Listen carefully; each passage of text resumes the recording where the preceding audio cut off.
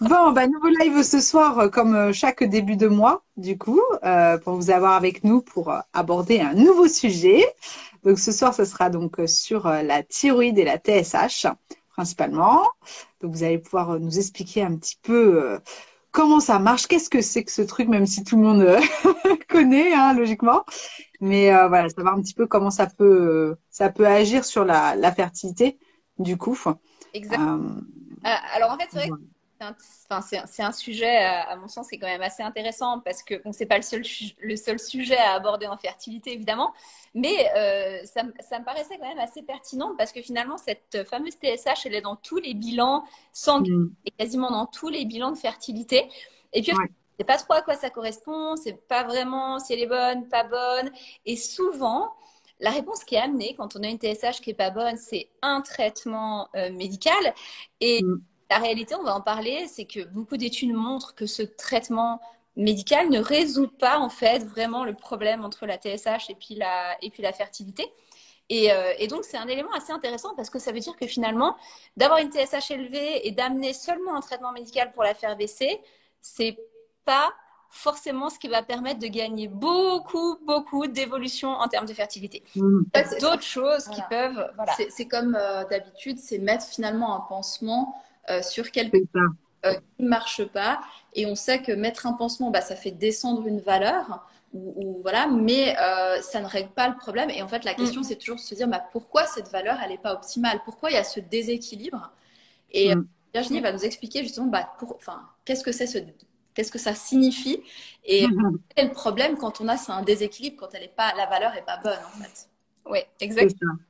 Voilà, donc la première question, c'est la TSH, c'est quoi? Est-ce qu'elle doit être Ouais. haute? Est-ce qu'elle doit être basse? Dans quelle norme elle doit être? Ça, c'est vraiment le basique. Donc, en fait, la TSH, c'est une hormone qui n'est pas du tout produite par la thyroïde, déjà. C'est une hormone qui est produite par l'hypophyse quand la thyroïde traîne un petit peu. En gros, Mm. notre thyroïde, elle produit deux hormones principalement. La T4, qui est la première hormone produite, et ensuite, cette T4 va se transformer en T3. Donc T4, 4 iodes, T3, 3 iodes. En fait, c'est pour ça qu'elles ont un nom différent, parce qu'elles ne sont pas iodées de la même façon. Mhm. La T3 est l'hormone thyroïdienne active qui, dans notre corps, va réguler énormément de choses. Ça va réguler notamment toute la minéralisation osseuse, la croissance des organes, l'équilibre hormonal, l'équilibre des hormones reproductives, d'où l'importance quand même de la thyroïde et du fonctionnement Mm. dans la conception, en fait. Et donc, en fait, la thyroïde produit de la T4 qui se transforme en T3, hormone active. Et si la thyroïde devient un petit peu feignante et qu'on n'a pas suffisamment de T3, eh bien, l'hypophyse va se mettre à produire de la TSH pour piquer un peu la thyroïde et aller booster Mm. en fait la thyroïde. Donc, D'accord. la TSH, c'est ce qu'on appelle en fait un peu une valeur inversée à la fonction thyroïdienne. Plus elle est haute, moins la thyroïde fonctionne. En fait, plus elle est haute, Mm. plus on est en hypo. Plus elle est basse, plus on est en hyper. Donc, Mm. en gros, une valeur normale de la TSH. Après, il faut différencier valeur normale hors fertilité et valeur normale en Oui. fertilité. Valeur normale hors fertilité, c'est à peu près de 0,5 à 4,5. Et encore, moi, quand je vois des TSH au-dessus de 3, je commence vraiment à tirer la sonnette d'alarme et à pas être très contente et à vouloir mettre des actions en place. Et en fertilité, on est encore plus exigeant. Pourquoi? Parce que tout simplement, cette TSH, on va voir, elle a un rôle qui est absolument phénoménal sur énormément d'étapes de la conception. Et donc, du coup, en fertilité, on va avoir même une norme qui est complètement différente, c'est-à-dire qu'on va vouloir avoir une TSH, en gros, assez basse, entre 0,5 et 2,5, grand maximum. Et Mhm. idéalement, on va vouloir aller la stabiliser autour des 1,5. Et ça, c'est la valeur de la TSH. Alors moi, je vois énormément de couples. Alors, la TSH, c'est valable pour la femme, c'est valable pour l'homme aussi, en fait. Et je vois beaucoup de couples en fertilité qui viennent, de femmes notamment, qui viennent me voir avec un bilan. Et sur le bilan, on a une TSH à 2,5, à 3. Et puis finalement, on laisse passer un petit peu ça parce qu'on se dit, bon, ben, on va peut-être pas mettre un traitement maintenant. Ou parfois, c'est même la patiente elle-même qui veut pas mettre de traitement. Et alors en fait, le traitement seul, c'est pas non plus ce qu'il faut absolument faire, mais une TSH qui monte, ça peut être l'indicateur de différents dysfonctionnements. C'est un des indicateurs d'un dysfonctionnement de système. Si votre TSH, elle monte pas pour rien. Elle monte parce qu'il y a des carences, elle monte parce qu'il y a un niveau de stress trop important, elle monte parce qu'il y a du déséquilibre immunitaire, elle monte parce qu'il y a de l'inflammation, elle monte pour une raison, en fait. Et puis cette raison, il va falloir l'identifier pour aller rééquilibrer. Donc ça, c'est important de comprendre que la valeur qu'on veut au niveau de la TSH, c'est vraiment une valeur qui soit en tout cas inférieure à 2,5 en fertilité et idéalement en dessous de 2 et assez proche de 1. D'accord. Et que juste prendre un traitement, alors quand on dit un traitement, c'est style Euthyrox ou il y a quoi d'autre comme Tyrosin ou les voilà, Euthyrox. ça va faire baisser artificiellement cette TSH parce que ça va suppléer en fait, mais par contre ça va pas régler les systèmes et les carences vont rester là, le déséquilibre immunitaire va rester là, le déséquilibre hormonal, le stress, etc. Et tout ça, c'est pas bon pour la fertilité. D'ailleurs, c'est assez aberrant parce que c'est vrai que très très souvent en médecine de la reproduction, on part du principe qu'une fois que la thyroïde est traitée sur le plan médicamenteux, donc les traitements qu'on donne pour la thyroïde, c'est de la T4, c'est de l'hormone T4, tout bêtement. Titus que fait moins la thyroïde, on donne de la T4 qui va se transformer en T3 et qui va faire que la TSH baisse parce qu'il y a plus de T3 en fait. Ce qu'on sait, c'est que plusieurs études ont montré que finalement, le fait d'aller donner un traitement thyroïdien améliore la TSH, mais ne va pas forcément améliorer tout de suite les critères de fertilité chez une personne qui a eu un problème de TSH élevé. C'est-à-dire que déjà, on a une latence qui est hyper longue. Le moment où on met en place le traitement et le moment où on a une amélioration des critères de fertilité, et parfois, on n'a pas vraiment d'amélioration de l'ovulation, ni des autres critères de fertilité, même avec le traitement. Parce qu'en fait, c'est toujours un peu la même chose. On traite le symptôme, mais on ne traite pas la cause. Ça cache, en fait. Oui. Ça met un pansement, voilà. Ça met un pansement. Et donc, ce qu'il faut savoir, c'est que la thyroïde, pas que la TSH, mais le fonctionnement thyroïdien, en général, joue un rôle essentiel dans l'équilibre hormonal, notamment dans l'ovulation. Quand on a du déséquilibre thyroïdien, le plus gros risque en conception naturelle, c'est de ne pas ovuler correctement, d'avoir des cycles non ovulatoires. Et ça, évidemment, c'est hautement problématique parce que si vous avez, tu vois, si tu as un cycle ovulatoire sur 6, ça ralentit quand même vachement le projet bébé, quoi. Hein. Oui, c'est clair. Pour le si madame ne soit pas ensemble sur ce cycle-là, on est très mal. Donc, ça diminue quand même le potentiel d'ovulation. Mais pas que ça diminue le potentiel de fertilisation. Ça n'a pas été prouvé en conception naturelle parce que c'est très difficile à prouver dans ce cadre-là.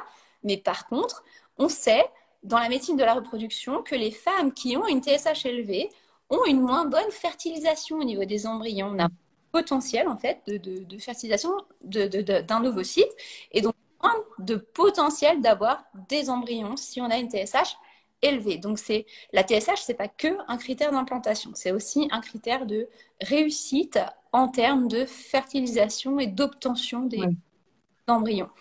Et puis, il y a aussi des études où plus la TSH est élevée, moins on a de potentiel d'implantation. Donc ça, c'est quand même important, d'autant plus que la thyroïde, elle joue un rôle essentiel dans tout le développement, les premières phases de développement embryonnaire, parce qu'elle joue un rôle dans la stabilité du système nerveux, dans le développement osseux, dans tout le développement hormonal, dans le développement de la plupart des tissus. En fait, l'hormone T3, c'est vraiment une hormone qui alimente absolument tous les tissus de la maman, mais tous les tissus du embryon aussi. Et à savoir qu'un fœtus n'aura pas de thyroïde jusqu'à 20 semaines d'aménorrhée. Donc 20 semaines d'aménorrhée, c'est pas rien, c'est la moitié de la grossesse.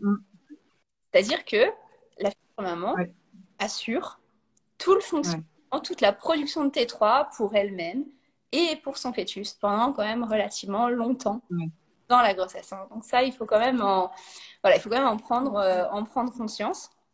Et du coup, c'est pas que une histoire de fertilité, cette TSH, c'est aussi une histoire de développement embryonnaire et puis évidemment de grossesse réussie. C'est aussi d'ailleurs qu'elle soit basse au départ, c'est-à-dire qu'elle soit moins que qu'elle soit entre 0,5 et 1,5, parce que elle a tendance à monter justement quand la maman doit suppléer en fait la thyroïde de son bébé. Enfin, elle doit remplacer en fait. Voilà. Donc, c'est pour ça qu'on a besoin qu'elle soit plus basse. Mais... Oui, effectivement la plus basse possible. Et puis, en fait, il faut comprendre que si la TSH s'est élevée une fois, le fait d'instaurer un traitement ne suffit pas. Ça, on l'a dit, on l'a déjà dit, c'est la troisième fois qu'on le dit, mais je reviens là-dessus, tout simplement pour vous expliquer un petit peu des phénomènes de fond. En fait, le fait d'instaurer un traitement, ça va un peu cacher le problème, mais ça ne va pas résoudre la cause. Or, ce qui est bien avec la fertilité, ce n'est pas la TSH élevée, c'est la cause de votre TSH élevée. Je vous donne un exemple. La plupart du temps, quand on a une TSH qui s'élève, c'est un phénomène auto-immun. C'est ce qu'on appelle une maladie auto-immune, et notamment la maladie d'Hashimoto, par exemple, qui est une auto-immunité thyroïdienne, va entraîner une élévation de la TSH, une hypothyroïdie, puisque le système immunitaire attaque les enzymes qui produisent en fait la T4. Donc du coup, vu que les enzymes qui produisent la T4 se font attaquer, embêter par notre immunité, elles n'arrivent plus à produire la T4.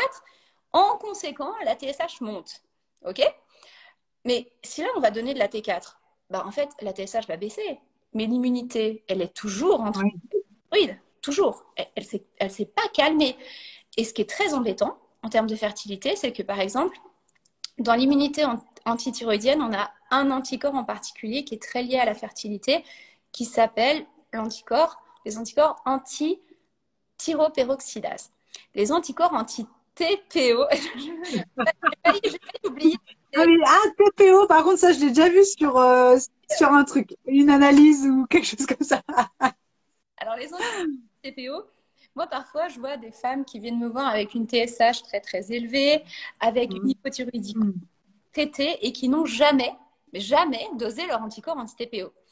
Et du coup, je dis, bon, bah, tiens, on va pas être bête, on va les doser quand même. On va les doser, puis on se retrouve avec des anticorps à 1000, 2000, 5000.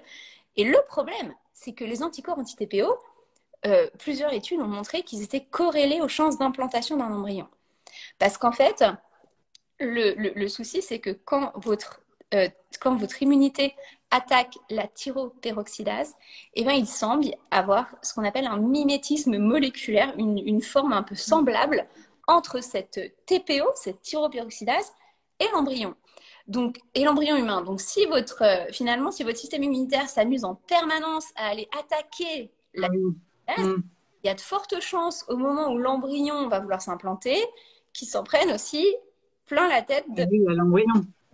Et voilà, qui se fasse vraiment attaquer, parce que tout simplement, quand on a une auto-immunité, c'est l'immunité qui se trompe, et elle se trompe contre une enzyme, elle se trompe contre des cellules, mais elle se trompe aussi contre un embryon humain qui est un corps étranger, en fait. Hein. Et du coup, c'est pour ça que finalement, dans cette configuration, si on va traiter uniquement avec un médicament la problématique thyroïdienne et qu'on ne s'occupe pas des anticorps, on est complètement à côté. Parce que ça veut dire que finalement, on masque un problème qui en est un, certes, hein, on le masque et on l'améliore, et on améliore un tout petit peu les critères d'implantation, mais on les améliore probablement de 10% et pas de la totalité. Et là, en plus, il y a une incompréhension totale, parce que du coup, et c'est très frustrant, parce qu'on se dit, on ne comprend pas pourquoi, du coup, il y a un problème de rejet de l'embryon. Soit pas d'implantation, soit des fausses couches aussi. Parce qu'on se dit, oui, tout va bien, ma TSH, elle est normale. Mais non, la TSH, elle est normale parce qu'elle est substituée.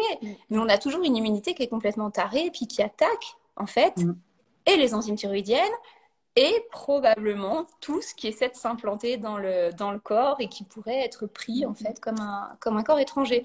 C'est que faut pousser le raisonnement plus loin, et aussi une autre cause, par exemple, du déséquilibre thyroïdien, ça peut être la carence en iode. Et en fait, cette carence en iode, elle va se manifester par une TSH qui augmente. Et du coup, donc la TSH augmente, hop, on met un petit traitement thyroïdien, la TSH diminue, mais on n'a pas réglé la carence en iode. Oui, c'est ça. Toujours pas. C'est bien dommage, parce que, en fait, le fait d'être carencé en iode, ça augmente les délais de conception. En conception naturelle, ça diminue les chances de réussite, justement, en médecine de la reproduction. Donc, c'est pas top. Admettons qu'on a une TSH qui monte parce qu'on est stressé. Parce qu'attention, quand on est stressé, la TSH, elle monte. Pourquoi ? Parce qu'en fait, elle fait partie de l'axe hypothalamo-hypophysaire. Je vous ai dit, c'est l'hypophyse. Alors attention, je vais vous sortir toutes les glandes. C'est l'hypophyse qui produit la TSH. Et en fait, l'hypophyse est influencée par l'hypothalamus, qui est lui-même influencé par les corticaux surrénales, qui sont nos glandes de stress. Donc, en gros, pour faire simple, quand on stresse, on active nos surrénales très très fort, qui active notre hypothalamus, qui va activer notre hypophyse, et on va surproduire de la TSH. Donc, la TSH qu'augmente, ça peut être aussi un marqueur de stress chronique. Et donc là, pareil, si vous prenez un traitement pour la thyroïde, c'est très bien, ça va normaliser votre TSH, mais vous aurez toujours votre stress chronique. Oui.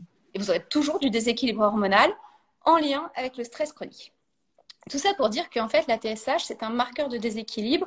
C'est le haut de l'iceberg. En fait, c'est ce qu'on voit comme ça, ce qui est visible. Oui. Et pour moi, c'est toujours quand même une erreur d'aller traiter cette TSH directement sans se soucier de pourquoi elle est montée, en fait. Est-ce qu'elle est montée? Et du coup, il y a tellement de choses qui peuvent la faire monter que pour la résoudre, tu es obligé de faire un par un Alors, pour et voir qui agit. c'est pour ça que tu vois, par exemple, nous, dans les programmes, tu as vu, hein, on cherche énormément. Ah, oui. On identifie tous les axes de stress, tous les axes de carence aussi. On regarde tous les facteurs nutritionnels, par exemple les oméga 3, la vitamine D, le zinc, le sélénium, qui sont des carences qu'on va chercher dans nos questionnaires. En fait, sont des facteurs influents sur la fonction thyroïdienne. Et du coup, il suffit que tu aies un facteur, parce que parfois, il n'y en a pas qu'un. Tu vois, l'indice, ça peut être l'immunité, l'inflammation, ça peut être pas mal de choses. Il suffit que tu aies un cumul de facteurs et la thyroïde va se dérégler. Et en fait, le fait de mettre un traitement, ça ne va pas nous faire avancer beaucoup. Il va régler les causes. Et même, la TSH, elle devient un marqueur assez intéressant de l'évolution en fait, de la problématique. Et c'est un peu l'idée justement des programmes, c'est de vraiment prendre en compte tous les paramètres. Et c'est vrai que c'est rare de pouvoir prendre tous les paramètres de tout ce qui pourrait dysfonctionner, parce que on a vu, chaque premier jeudi du mois, on parle d'une vitamine, d'un élément, et on voit qu'il y en a plein, et on pourrait vous en parler. Oui. Ah, c'est ça.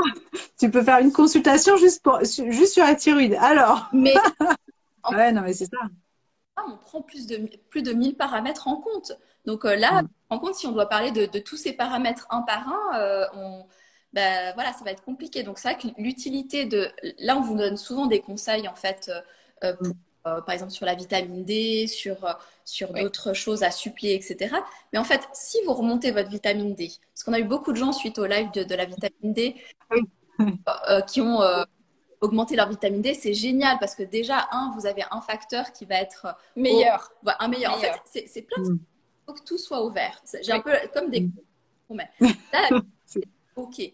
Là, la TSH, j'ai vu qu'on va en parler après, mais on nous a demandé, mais on fait comment pour la régler? On fait quoi? C'est ça. Il y a tellement de choses que oui. De facteurs. Et en fait, en fertilité, c'est que il y a tous ces paramètres, et si on en manque un, on a beau mettre en place des conseils, puis des conseils, on s'épuise aussi, parce que on se dit mais je fais tout bien, et on a souvent des gens qui viennent vers nous en disant je comprends pas, je suis tous vos conseils, je fais tout bien, etc. Mais ça marche toujours pas. Oui, parce qu'on n'a pas finalement on n'a pas tout, parce qu'on est tous différents. Je te laisse continuer. Non, mais c'est intéressant, parce que souvent, en fait, ce qui va, et notamment dans la thyroïde, la fonction thyroïdienne, elle est influencée par tellement de facteurs que on doit couvrir tous les facteurs. Juste suppléer en iode, par exemple, juste travailler sur l'immunité, juste travailler sur le stress, ça suffit pas de traiter un axe si on en a plusieurs. Et c'est pour ça qu'il faut vraiment aller identifier tous les axes qui sont problématiques. Puis c'est souvent comme ça qu'on fait progresser un champ, en fait. Et il y a aussi un autre élément sur la thyroïde qui est assez important. Et là, il y a des études qui se contredisent un peu dans tous les sens. C'est le côté thyroïde et fausse couche, en fait. TSH, risque de fausse couche, dysfonction thyroïdienne, risque de fausse couche. Certaines études montrent qu'il y a vraiment une augmentation forte du risque de fausse couche quand on a une TSH déséquilibrée. Et d'autres études montrent que c'est pas le cas, que c'est statu quo chez une personne, chez une femme qui a une TSH normale ou non. Il faut pas oublier que justement la TSH, la thyroïde, comme je le disais, les hormones thyroïdiennes jouent un rôle essentiel dans le développement embryonnaire. C'est pour ça que quand on est dans un objectif de conception, on doit normaliser la TSH avant le début de la grossesse pour que toutes les valeurs soient qu'on soit sûr que l'embryon et un développement et une organogénèse complètement adéquats. Et ça, c'est vraiment très, très important. Et évidemment, pour prévenir les risques de fausses couches, parce que si on a eu plusieurs fausses couches et qu'on a une TSH élevée, il faut absolument pas passer à côté de ça et il faut aller chercher pourquoi cette TSH s'élève et il faut enfin la réguler, mais pas que la réguler avec un traitement. Parce que par exemple, comme je disais tout à l'heure, si la TSH s'élève parce qu'on a une auto-immunité, ben, c'est pas forcément le fait que la TSH saute qui rejette l'embryon, c'est l'auto-immunité. Si on se contente d'aller amener des hormones sans régler l'auto-immunité, on aura probablement le même problème sur la grossesse suivante. Et ça crée vraiment des problématiques de confiance parce que, comme on disait, ben, finalement, on a l'impression d'avoir traité le problème et puis on refait une fausse couche quand même. Donc, du coup, il faut aussi, dans le cas des fausses couches, se poser la question de la TSH, évidemment, mais aussi de qu'est-ce qui pose le problème au niveau de cette fonction thyroïdienne globale, quoi. Alors, ça ne veut pas dire non plus qu'il ne faut pas forcément prendre un médicament si une TSH surtout en début de grossesse, il faut le faire.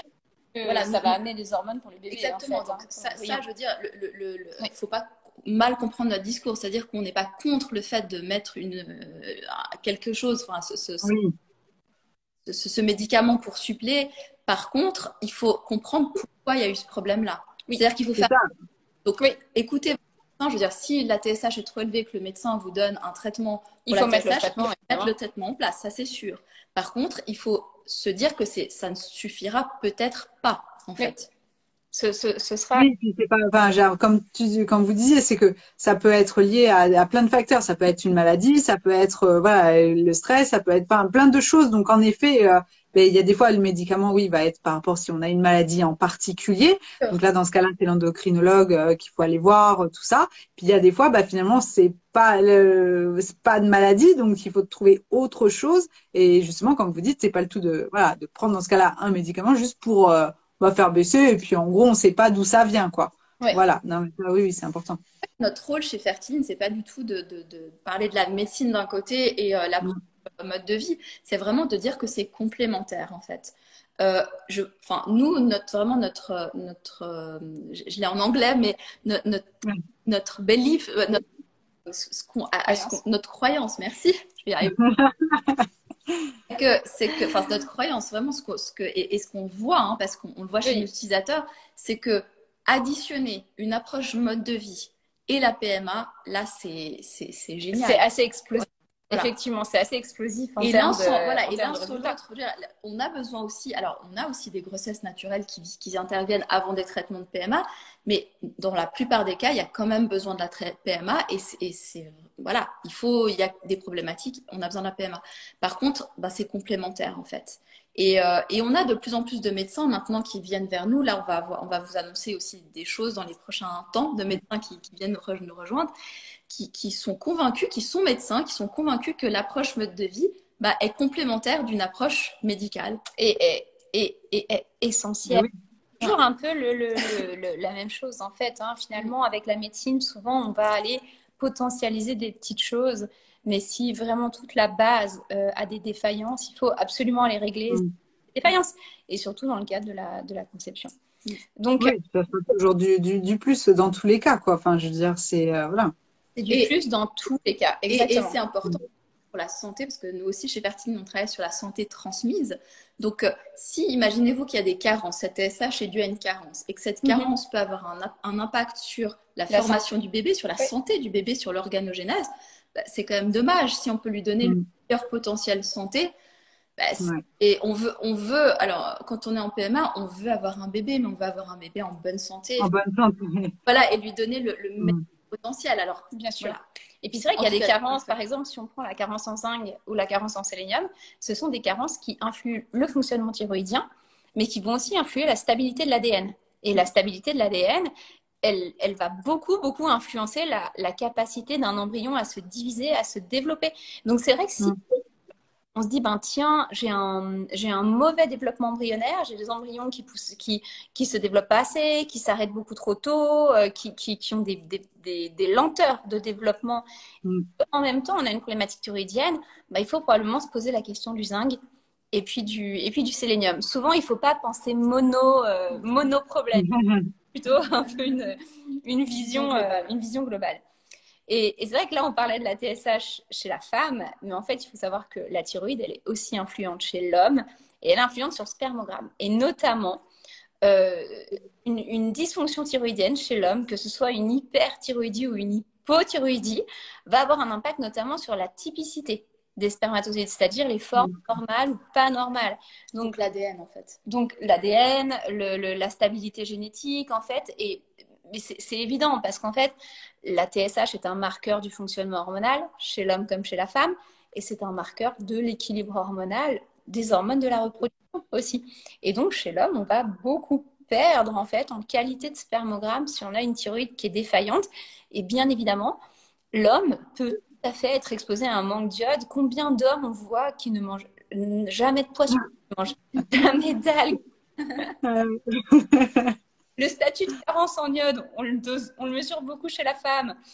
Et les hommes, on les laisse toujours tranquilles avec ça. Alors que pourtant, il y a quand même des publications super intéressantes qui ont démontré qu'une carence en iode chez l'homme diminue très fortement la fertilité. Et même la TSH. Enfin, moi personnellement, j'en ai pas vu beaucoup des hommes qui me donnent des bilans de C'est vrai. TSH, en fait. C'est vrai. C'est pas que on va regarder finalement l'homme, on va regarder. On va d'ailleurs la prochaine fois on parlera de l'homme un petit peu parce qu'on n'en parle pas beaucoup. Mais c'est vrai que chez l'homme, on regarde finalement son spermogramme et puis après on le laisse tranquille. Ouais, il a les sérologies, le spermogramme et c'est tout. Voilà. Alors que nous, finalement, on a des bilans un petit peu plus complets quand même. Et leur bilan, leur niveau de vitamines, d'hormones, etc., un rôle sur les spermatozoïdes. Et même si le spermogramme est pas mauvais, et encore, qu'est-ce que c'est mauvais ou pas? Mais bon, on en reparlera prochainement. Oui. On en reparlera. On en reparlera. Alors maintenant, la question, c'est qu'est-ce qu'on fait? Qu'est-ce qu'on fait? Qu'est-ce qu'on fait quand on a une TSH justement élevée, quand on veut activer sa fonction thyroïdienne? Qu'est-ce qu'on doit garder à l'œil? Qu'est-ce qu'on doit surveiller? Et puis, qu'est-ce qu'on fait? Donc, globalement, pour la fonction thyroïdienne, on a parlé des carences. Il y a quand même beaucoup de qui peuvent perturber le fonctionnement de la thyroïde. Dans les carences, principalement, on a l'iode, évidemment, qui est la plus grosse carence. Et à savoir que la carence en iode, elle est assez massive, souvent chez toutes les personnes qui ne vivent pas près de la mer. Parce qu'en réalité, les sources d'iode, c'est tous les produits de la mer. C'est donc les poissons, les crustacés, les coquillages, bien sûr, les algues aussi, qui sont une des sources d'iode majeures. Ça, c'est vraiment une très, très grosse source d'iode, très intéressante. Et également les fruits et les légumes qui ont poussé sur un sol iodé, c'est-à-dire un sol proche de la mer. Ah, okay. Par exemple, nous qui vivons en Suisse, avec 80% de produits suisses dans les magasins, autant vous dire que l'iode, c'est pénurie totale dans les fruits et les légumes. Donc, il faut trouver d'autres alternatives. Souvent, le sel. Voilà. Alors ici, notamment dans le bassin genevois, on a un taux de subcarence en iode qui frôle les 90%, les 90%. Donc 90% de la population est en subcarence d'iode parce qu'effectivement, les sols ne sont pas iodés. Et c'est le cas dans quand même passablement de régions. Les régions de bord de mer, c'est pas non plus le truc le plus fréquent. Oui. Voilà. Donc en gros, il faut... on peut vérifier son statut en iode. Si on veut doser l'iode, ça se dose dans les urines. Ça se dose soit dans les urines qu'on prélève sur 24 heures, soit dans ce qu'on appelle un spot urinaire, un prélèvement urinaire du matin, première urine du matin. Et donc là, le taux idéal d'iode pour, en termes de fertilité, c'est 130 microgrammes par litre, en fait. Donc il faut vraiment atteindre cette valeur. Moi, les valeurs que je vois souvent, c'est rarement au-dessus des 100. À chaque fois qu'on va doser l'iode, souvent on le trouve vraiment en déficit, même parfois chez des femmes qui ont déjà été complémentées ou qui ont une consommation de poisson régulière. Et globalement, pour venir à un apport en iode, il faut du poisson 2 à 3 fois par semaine, plus des algues, en gros une dizaine de grammes d'algues séchées par semaine. Autant dire que quasiment personne ne mange des algues. Déjà. Non, mais c'est vrai. Ouais, non, mais puis on mange pas autant de poissons, je pense aussi. Donc c'est pour ça qu'en fait, déjà à la base, nous, évidemment, on complémente toutes les personnes qui sont dans un projet de conception et on a toujours une complémentation qui contient de l'iode. C'est un basique, au moins on est sûr de couvrir l'apport en iode. Donc il y a l'iode qui est influent, il y a aussi le zinc, le sélénium, on en a parlé. Donc ça, souvent, on va quand même les amener dans le cadre d'une complémentation de préconception. On peut aussi les amener au niveau alimentaire, notamment le zinc, le sélénium. C'est des choses qu'on va trouver principalement dans les protéines animales. Donc, c'est des carences qui sont très, très fréquentes quand on a une alimentation qui est plutôt orientée sur une alimentation végétale ou quand on a une consommation de viande, de poisson ou d'œufs qui est insuffisante. Il va falloir garder un œil attentif sur ces carences-là. Toutes les vitamines du groupe B influencent la thyroïde. Et là, effectivement, on est assez mal loti parce que, en fait, les vitamines du groupe B, il y a un état de carence aussi qui est assez important dans la B9, dans la B12. Et souvent, les vitamines qui sont données dans les compléments alimentaires, c'est pas les bonnes formes. Et celles qui sont dans l'alimentation sont assez mal assimilées. Le groupe des vitamines B, en fait, les mieux assimilées sont les plus synthétiques, en quelque sorte. Hein. Donc, notamment, les formes méthylées sont les mieux assimilées. Et ça impacte directement, effectivement, le fonctionnement de la thyroïde. Les oméga 3 impactent aussi beaucoup le fonctionnement de la thyroïde. Là, vous allez vous dire, voilà, mais ça devient fou, cette thyroïde, tout impacte, mais tout impacte. Non, moi, j'ai des crevettes, des algues. De l'huile de colza, des noix, des graines de lin, des graines de chia. Donc, l'apport en oméga 3 va influencer effectivement le fonctionnement de la thyroïde. Et puis, la vitamine D va influencer le fonctionnement de la thyroïde et aussi les anticorps antithyroïdiens. Je voyais une question, comment faire baisser les anticorps anti-TPO pour les faire baisser, il faut comprendre pourquoi ils sont là, il faut comprendre le contexte de la personne. Et souvent, on va avoir des stratégies qui vont être plutôt des stratégies alimentaires, anti-inflammatoires, de régulation immunitaire, donc avec des probiotiques de régulation immunitaire, mais aussi une alimentation qui va réguler l'immunité. Et la vitamine D est une des composantes importantes dans la régulation immunitaire. Donc déjà, si on a des anticorps anti-TPO et un taux de vitamine D qui est insuffisant, on a relativement peu de chances de s'en sortir avec ces anticorps. Donc la vitamine D, c'est aussi un des facteurs qui influence et directement la thyroïde et aussi l'auto-immunité, l'auto-immunité. Donc ça, c'est un peu tout le profil. Il y a d'autres carences encore, mais je ne vais pas vous faire peur avec tout ça. Mais globalement, c'est vraiment les carences qui sont les carences principales.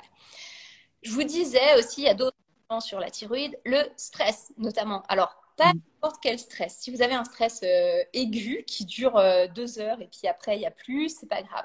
En fait, ce qui influence beaucoup la thyroïde, c'est le stress qui va entraîner une stimulation des glandes surrénales. Les glandes surrénales, c'est des petites glandes qu'on a au-dessus des reins. D'ailleurs, quand on est super stressé très longtemps, je ne sais pas si vous avez déjà remarqué, mais en général, on a mal au milieu du dos. On a mal ou on a une fatigue en fait au milieu du dos. Bah, c'est vos surrénales qui sont en surstimulation, en surcharge. Et ces surrénales, elles produisent une hormone qui s'appelle le cortisol. Et le cortisol a un effet hyper négatif, bien évidemment, sur la fonction thyroïdienne et il perturbe tout l'axe hypothalamo-hypophysaire et thyroïdien. Donc, un stress chronique qu'on a tous les jours, pendant des mois, pendant des années, va avoir une influence super négative sur la thyroïde.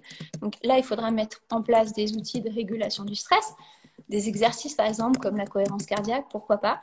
Mais aussi, il y a plein de choses à faire pour diminuer en fait la production de cortisol. Mais il faut comprendre aussi là quel est le contexte. Donc le stress, ça c'est hyper important.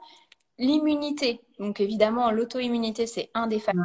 Comme je vous disais, il y a beaucoup de choses qui influencent l'auto-immunité. Souvent, il va falloir faire de la régulation auto-immune sur plein de biais en fait, sur le plan de la flore intestinale, sur le plan des carences, sur le plan de l'alimentation. On sait faire tout ça, mais on ne sait pas faire tout ça avec des médicaments. On n'a aucun médicament aujourd'hui qui permet d'aller éteindre une auto-immunité thyroïdienne. Ah si, alors la cortisol, c'est une chose, mais c'est biologique parce que ça diminue les chances de grossesse aussi derrière. Donc bon, bref.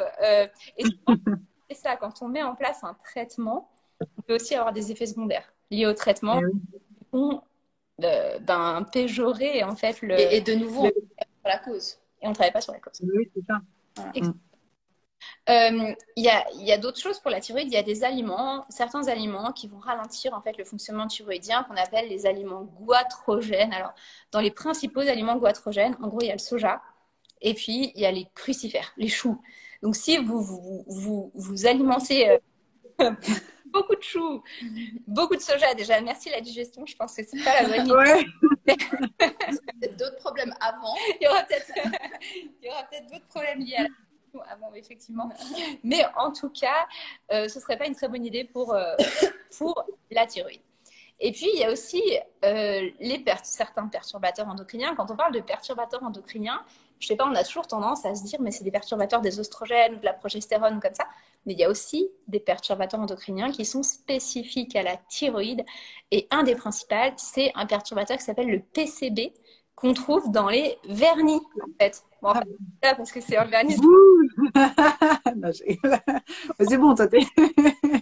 Il n'en a pas. Mais en fait, la plupart des vernis, la plupart des plastiques contiennent du PCB. Et puis c'est vrai qu'on a des attitudes parfois qui sont un peu innocentes. Voilà, on se vernit les ongles tout le temps, tout le temps, tout le temps. Et notamment tous les éléments qui vont avoir tendance à durcir quelque chose de plastique, donc notamment dans les vernis semi-permanents.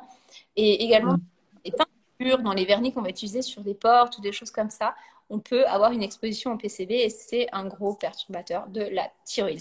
Donc après, il y a évidemment d'autres éléments, hein, mais il faut comprendre que cette thyroïde, elle est influencée par énormément de choses. Elle influence énormément de choses, et chez l'homme, et chez la femme. Et c'est un indicateur qu'on ne lâche pas en fertilité. Et surtout, il ne faut pas se contenter de doser la TSH. Il faut doser la TSH, mais il faut aussi doser les T3, la T3, la T4 et les anticorps antithyroïdiens. Et ça, c'est vraiment très important, ces fameux anti-TPO, hein, qui peuvent être aussi un des facteurs justement de ralentissement, de diminution de la fertilité. Voilà, je vous ai... Maintenant, je pense qu'on va passer aux questions, peut-être comme ça on peut avancer. J'ai vu je voyais un petit peu des questions défiler, je les ai pas forcément toutes lues. Oui, mais enfin, au fur et à mesure, voilà, on en a parlé, quoi. Alors, il me semble qu'il y avait une question que j'ai vue. Qu'est-ce qui se passe si la thyroïde est moins que 0,5 justement? Alors, dans ce cas, si la thyroïde est en dessous de 0,5, on est plutôt dans un contexte d'hyperthyroïdie. Je vous ai plus la TSH est haute, plus on est en hypo. Si la TSH est trop basse, on est dans un contexte d'hyperthyroïdie. L'hyperthyroïdie est bien plus dangereuse en réalité que l'hypothyroïdie. D'ailleurs, dans une hypothyroïdie, des fois, on ne se stresse pas pour mettre en place un traitement parce que les conséquences, c'est qu'on a un peu plus froid, on est un peu plus constipé, on a un peu plus de mal à perdre du poids, mais ce n'est pas très grave. L'hyperthyroïdie, ça crée des palpitations cardiaques, ça crée une augmentation de la température corporelle, une vasoconstriction des vaisseaux sanguins. C'est quelque chose qui est dangereux pour l'organisme. Et c'est souvent sur un fond d'auto-immunité. Donc, sur le plan de la fertilité, hyper ou hypo, c'est tout aussi embêtant. Et l'un ou l'autre, ce sont des marqueurs de dysfonction, souvent des marqueurs de dysfonction immunitaire. Et en fait, l'hyperthyroïdie, parfois, on est encore plus embêté parce que souvent, les médecins, quand il y a une hyperthyroïdie, vont dire « Attention, ne prenez pas d'iode ». Mais moi, j'ai vu tellement de profils de femmes en hyperthyroïdie qui avaient des carences en iode. Et en fait, c'est complètement indépendant. L'hyperthyroïdie, elle est plutôt en lien avec une thyroïde qui se fait agresser en quelque sorte, puis qui réagit en se suractivant. Et en fait, cette thyroïde, elle a besoin quand même d'iode. Alors, du coup, c'est pour ça que c'est très compliqué de gérer. C'est beaucoup plus compliqué une hyper qu'une hypo. Si vous êtes en hyperthyroïdie, pour moi, ça demande quand même vraiment l'appui d'un professionnel de santé sur la gestion de votre dossier fertilité, thyroïde et tout ça.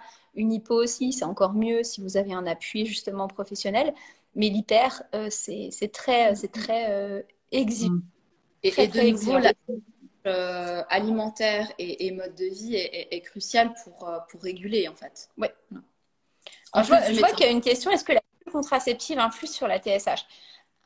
Très indirectement, oui. En fait, la pilule contraceptive, elle entraîne une fuite de certaines vitamines du groupe B et ces vitamines du groupe B ont une influence sur la thyroïde. Donc, indirectement, il y a une petite influence, mais ça ne va pas non plus créer une maladie thyroïdienne. À partir du moment où on touche à un maillon de l'axe hormonal, on déséquilibre un peu les autres, toujours. Mais pas de façon directe et de façon dingue, quoi. Ça reste moderne. Et donc, tout ce qui est TSH, tout ça à contrôler, donc c'est par prise de sang, là, comme ça. Et il y a un moment de la journée ou un moment du cycle qui est de préférence pour la faire ou pas? Alors, la TSH, en général, on la contrôle le matin, hein, si possible.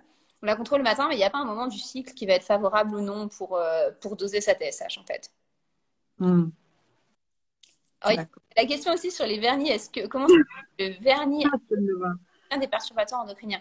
Alors, partez du principe que tous les vernis ont contiennent des perturbateurs endocriniens. À partir du moment où ils durcissent sur l'ongle, donc un vernis qui durcit pas sur l'ongle, bah, vous l'achetez pas. Vous l'achetez pas longtemps. Les vernis biologiques n'en contiennent pas.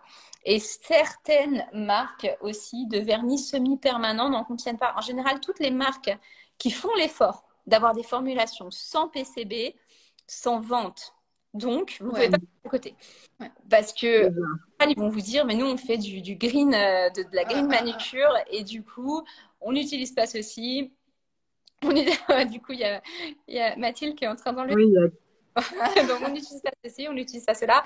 Et donc, du coup, il y a beaucoup de marques qui sont qui s'exposent en fait comme étant exemples de perturbateurs endocriniens. Donc, c'est plutôt ces marques-là qu'il faut choisir. Alors, vous avez des vernis comme dans les marques Avril, Benecos, toutes les marques bio en général. Et puis, cette marque semi-permanente. C'est manucuriste. Voilà, manucuriste. Mais je vais revérifier, mais logiquement, ils sont clean. Alors attention, parce qu'il y a aussi quand même pas mal de greenwashing dans tous les. Alors, manucuriste, globalement, c'est impossible de toute façon de faire un vernis semi-permanent sans absolument aucun toxique. C'est-à-dire que y a beaucoup moins de toxiques qu'on en aurait dans un vernis semi-permanent classique, mais on garde quand même des substances qui sont des substances qui vont être longues, qui sont peut-être pas forcément suffisamment encore documentées, mais c'est mieux que d'aller utiliser n'importe quoi, vraiment. Et il y a plein de endocriniens cachés. Hein. Donc, aussi. Il y en a, voilà, il y en a plein partout, on se douterait pas. C'est vrai. C'est vrai. Je lis les questions. Un problème de circulation sanguine peut-il avoir un lien avec la TSH? En fait, le fait d'avoir une hypothyroïdie, ça peut créer quand même un petit peu d'œdème, un peu de rétention d'eau et un peu de problématique de circulation, mais c'est pas forcément un symptôme fréquent, et puis c'est pas un symptôme qui est lié que à la je dirais plutôt non, en fait. Non. Une TSH trop haute entraîne-t-elle un arrêt des règles? De toute façon, c'est un déséquilibre hormonal, donc. Ça peut, et ça dépend, encore une fois, tout dépend de la raison pour laquelle la TSH est trop haute. Si la TSH est trop haute parce qu'il y a une phase de stress très très intense, et puis du coup, il y a en lien avec ce stress des problématiques que nous on appelle les déviations hormonales, qu'on repère aussi dans les produits. On voit des questionnaires où c'est complètement rouge dans le truc, et puis on se dit, la déviation hormonale de partout, c'est terrible. Là, on ne serait pas étonné qu'il y ait un arrêt des règles, ou on ne serait pas étonné qu'il y ait ce qu'on appelle de la dysovulation, c'est-à-dire des cycles ovulatoires, des cycles non ovulatoires, parfois des ovulations qui ne sont absolument pas au bon moment du cycle, avec des phases lutéales super courtes, donc en fait des cycles qui sont inefficaces. Et c'est vrai que c'est assez rigolo, parce que moi parfois j'ai des couples qui me disent mais en fait ça fait 3 ans qu'on essaie naturellement puis ça n'a jamais fonctionné, et moi je leur dis bon je dis toujours s'il y a une grossesse, ce complément vous continuez, puis ça non, puis donc je donne les règles en général, enfin tu sais bien Flavie, et et du coup, en fait, ils me disent oui, mais bon, de toute façon, ça fait 3 ans qu'on essaie naturellement, ça n'a jamais marché, donc la probabilité que ça fonctionne, elle est nulle. Et puis en fait, 2 mois après, ça a marché, mais parce que il faut bien comprendre que en gros, il y a des femmes qui restent pendant 10 ans avec des cycles qui sont absolument pas efficaces. Il y a un cycle, il y a des règles, 28 jours après ou 30 jours après, il y a de nouveau des règles, mais ce qui se passe au milieu, c'est le bazar. Il n'y a pas assez d'oestrogène, il n'y a pas. Le pic d'ovulation, il n'est pas franc ou il est décalé, on a une phase lutéale qui est insuffisante. Tout ça, c'est du déséquilibre hormonal. Et en fait, l'équilibre hormonal, le principal influent de l'équilibre hormonal, cherchez pas plus loin, les 2 principaux influents, c'est ce que vous mettez dans votre assiette et le stress. Et ça, c'est les 2 principaux influents. Vous pouvez prendre toutes les hormones du monde, si vous n'avez pas réglé ce que vous mettez dans l'assiette, et puis la façon dont vous pouvez améliorer le stress, parce qu'il y a plein de manières d'améliorer les hormones de stress. L'alimentation, c'est un des moyens. Les exercices de respiration, c'est un des moyens. Avoir le bon type d'activité physique, c'est un des moyens. Il suffit juste de mettre des choses en place. Le sommeil. Certains compléments aussi. En général, les schémas de stress, on voit que sur nos programmes, on les améliore en 1 à 2 mois. On part d'une personne qui est en épuisement, en mode stress plus, avec, comme je disais, des pleines déviations hormonales. 2 mois après, on a un schéma pas crête, quoi. C'est vraiment... Dans sa vie réelle, elle a Oui, pas le stress diminué n'a pas son changé. activité. Ça n'a rien changé, oui. Le stress en On lui-même va n'a pas pas, changé. on n'est pas des magiciennes, on va pas enlever de stress de la vie Si, si, quotidienne. On va diminuer les effets du stress. C'est ça, C'est en ça. fait. Parce que les gens me disent, ouais, mais moi, je peux pas, j'ai un travail qui est Bah, stressant, etc. diminuer les effets du stress puis augmenter les ressources. Parce Voilà. qu'en fait, le problème du stress, c'est que ça crée effectivement du Mm. déséquilibre hormonal et puis ça vide certaines ressources. Ça vide certaines vitamines, ça vide certains minéraux. Et moins on a de ressources, moins on est en capacité de s'équilibrer. Et donc, du coup, bah voilà, on va diminuer les effets, mais aussi amener des ressources en conséquence. Et En plus, ouais. J'ai vu des questions, Ça mais j'arrive dit plus à quoi les revoir, en fait. Ouais, alors, j'essaie de refaire un tour. Alors, Euh, est-elle en lien avec une IOP? C'est pas toujours en lien avec une IOP. On peut avoir une fonction thyroïdienne normale avec une IOP, on peut avoir une fonction thyroïdienne dégradée avec une IOP, mais Une déviation hormonale. attention, il y a quand même beaucoup plus de probabilité d'hypothyroïdie sur les insuffisances ovariennes. C'est quand même, il y a quand même une corrélation dans le sens où, de toute façon, quand un schéma hormonal s'effondre, tout s'effondre dans le schéma hormonal. C'est souvent pas ouais, bah oui. voilà, souvent pas que les oestrogènes, que la progestérone. Moi aussi, j'ai vu tellement de femmes qui sont venues me dire à 35 ans, bah, mon médecin m'a dit que j'étais en ménopause précoce, j'ai plus mes règles, j'ai plus ceci, j'ai plus cela. Et 3 mois après, elles avaient leurs règles, elles n'étaient pas du tout en ménopause précoce. Elles étaient en déviation hormonale. Il y a Ouais, un crash, en fait, un crash hormonal. Et en fait, ces phénomènes d'épuisement hormonaux, déjà, on les comprend assez mal et on a relativement peu d'outils en dehors du mode de vie et de ce qu'on peut faire en nutrition, en sommeil, en gestion du stress pour les résoudre. Et donc, du coup, dans un contexte d'insuffisance ovarienne précoce, il y a 2 questions qu'il faut se poser. C'est est-ce qu'il y a du déséquilibre immunitaire? Enfin, 3 questions. Déséquilibre immunitaire, carence et également stress. Et vous avez vu, c'est les mêmes questions pour la thyroïde. Donc, évidemment, on peut se retrouver avec des contextes qui sont communs et il va falloir les régler de façon commune aussi, de façon logique, quoi. Donc oui, il y a quand même une corrélation, même si ça ne va pas toujours ensemble, il y a quand même une plus grande probabilité que ça aille ensemble, en fait. Je crois que Bon, ouais, vas-y. non, j'allais dire, il y a des questions, on a déjà répondu au démarrage, donc vous aurez le live en replay pour certaines questions. T'as vu quelque chose, Adva? Il me semblait, mais je crois qu'on a répondu, c'était la question que la thyroïde, la TSH était bonne, par contre les anti-TPO trop élevés, Oui. et comment on fait? Mais ça, on l'a dit aussi. Donc, on a dit ça se règle par l'assiette. Ouais. Et le mode de vie. C'est bien résumé. Il faut comprendre. Et Il n'y a pas de recommandation, hein, de toute façon. C'est ça. Il faut comprendre, il faut se connaître. Et ce qui est intéressant, c'est que un même corps fonctionne. En général, on ne change pas de corps dans une vie, en tout cas. Un même corps fonctionne toujours de la même façon. C'est-à-dire que finalement, bah, tu vois, toi et moi, Flavie, on ne fonctionne pas de la même façon, Adva et moi non plus, mais par contre, mon corps, il fonctionne toujours pareil, celui d'Adva, il fonctionne toujours pareil, on va toujours avoir les mêmes limites, on va toujours rencontrer les mêmes problèmes. Et en fait, une femme qui est en stress et qui se retrouve en déviation hormonale, si de nouveau elle est en stress, elle va de nouveau se retrouver en déviation hormonale. Et finalement, si on trouve la solution une fois, on la trouvera plusieurs fois. C'est absolument pas. Enfin, cette solution marchera tout le temps. Et c'est ça qui est important. C'est souvent quand on va juste vers une médication, quand on essaie juste d'amplifier un phénomène qui n'était pas tout à fait bon, ben finalement, on va pas répondre à pourquoi ça fonctionnait pas avant. Et ça, c'est un petit peu dommage quand même parce que du coup, on oublie d'aller fouiller un peu dans la flotte de laine, quoi.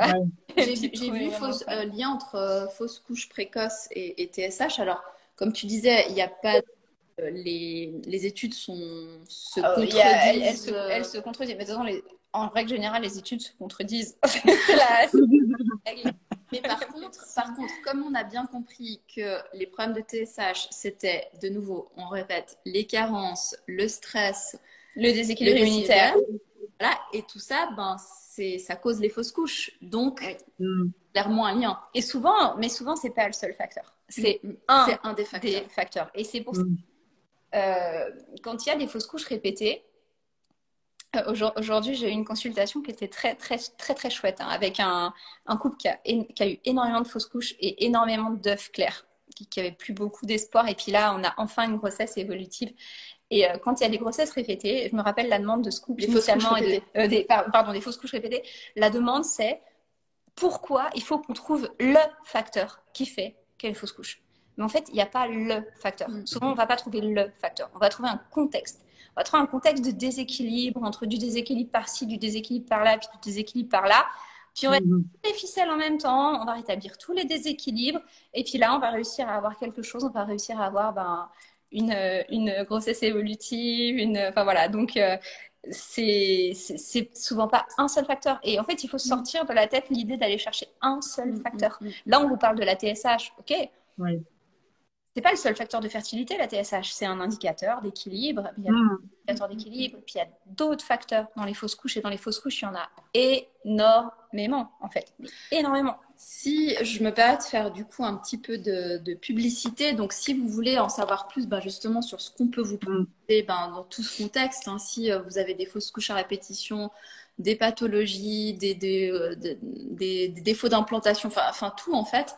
Alors déjà, n'hésitez pas à aller sur notre site. On a des nouvelles pages justement qu'on a mis parce que on vous explique chaque profil en fait le profil voilà. endométriose. Exactement. Parce que souvent on nous pose la question, mais est-ce que vous avez un programme pour l'endométriose? En fait, on n'a pas de programme endométriose. Oui. Un programme qui règle, voilà, on a un programme qui analyse tout. Nous, on fonctionne avec des algorithmes qui sont hyper puissants, qui sont vraiment très très bien construits, qu'on construit avec des médecins et des professionnels de santé, des experts de chaque domaine en fait.